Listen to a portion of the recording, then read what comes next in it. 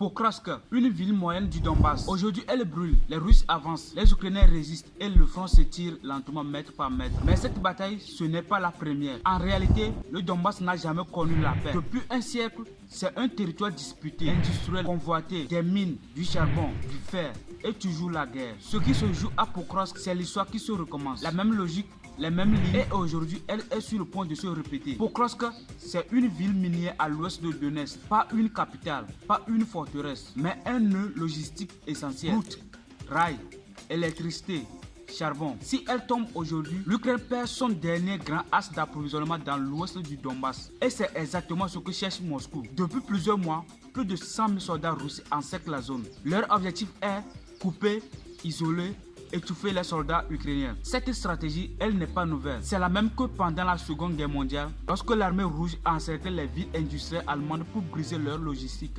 Aujourd'hui, c'est l'inverse. C'est la Russie qui applique cette méthode contre l'Ukraine. Pour comprendre Pokrovsk, il faut comprendre le Donbass. Depuis le 19e siècle, c'est le cœur industriel de l'Empire russe, puis de l'Union soviétique. De toute la Russie s'y installe. Quand l'URSS s'effondre en 1991, ce bassin devient un territoire coupé en deux, culturellement russe et politiquement ukrainien. En 2014, après Maïdan, la guerre du Donbass éclate. Les séparatistes soutenus par Moscou s'emparent du Donetsk et de Luhansk. Mais Pokrovsk, elle reste du côté ukrainien. Pendant 10 ans, elle est devenue une base logistique pour l'armée ukrainienne. Et aujourd'hui, c'est justement pour ça qu'elle est ciblée. Parce que c'est l'une des dernières bastions qui tient depuis 2014. Tout s'accélère à l'été 2024. La Russie lance une offensive lente, méthodique. D'abord les villages au sud, puis les routes à l'ouest. Les flancs se rapprochent, à peine 15 km entre eux. Les Ukrainiens tiennent, mais la pince se referme. En janvier 2025, la production de la mine de coke de Pokrovsk s'arrête. C'est le signe que la ville est devenue une zone de guerre. En mars, les bombardements coupent les lignes électriques. Et début mai, les civils commencent à fuir leur domicile. Sur le terrain,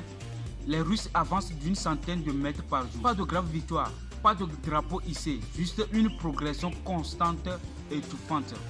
Et dans les rues de Pokrovsk, les mêmes images qu'à Mariupol, Severodonetsk ou Bakhmut. Militairement, si Pokrovsk tombe, cela ouvre à la Russie un accès direct à la ligne ferroviaire du Donbass. Économiquement, cela prive l'Ukraine d'un de ses derniers centres miniers actifs. Mais au-delà des chiffres, c'est une bataille de symboles. Pokrovsk, c'est la preuve que 10 ans après le début du conflit, rien n'a changé. Ce n'est pas la première fois que Donbass est détruit. Pendant la Seconde Guerre mondiale, Staline avait qualifié cette région de forteresse d'acier. En 1943, les Allemands l'ont rasée. Les Soviétiques l'ont reprise maison par maison. Aujourd'hui, Pokrovsk n'est pas encore tombée, mais tout indique qu'elle est sur le point de céder. Et quand elle tombera, il faudra se souvenir d'une chose. C'est pas une ville perdue, c'est un chapitre qui se ferme. Un chapitre commencé il y a 2 siècles dans les mines de charbon du Donbass et qui s'écrit aujourd'hui sous les bombes. Pokrovsk, c'est l'histoire d'un pays qui lutte contre son propre passé. Et cette histoire n'est pas encore terminée. Et nous voilà, nous sommes à la fin de la vidéo. N'oubliez pas de vous abonner, activer la cloche de notification pour être notifié lorsque je vais publier la prochaine vidéo.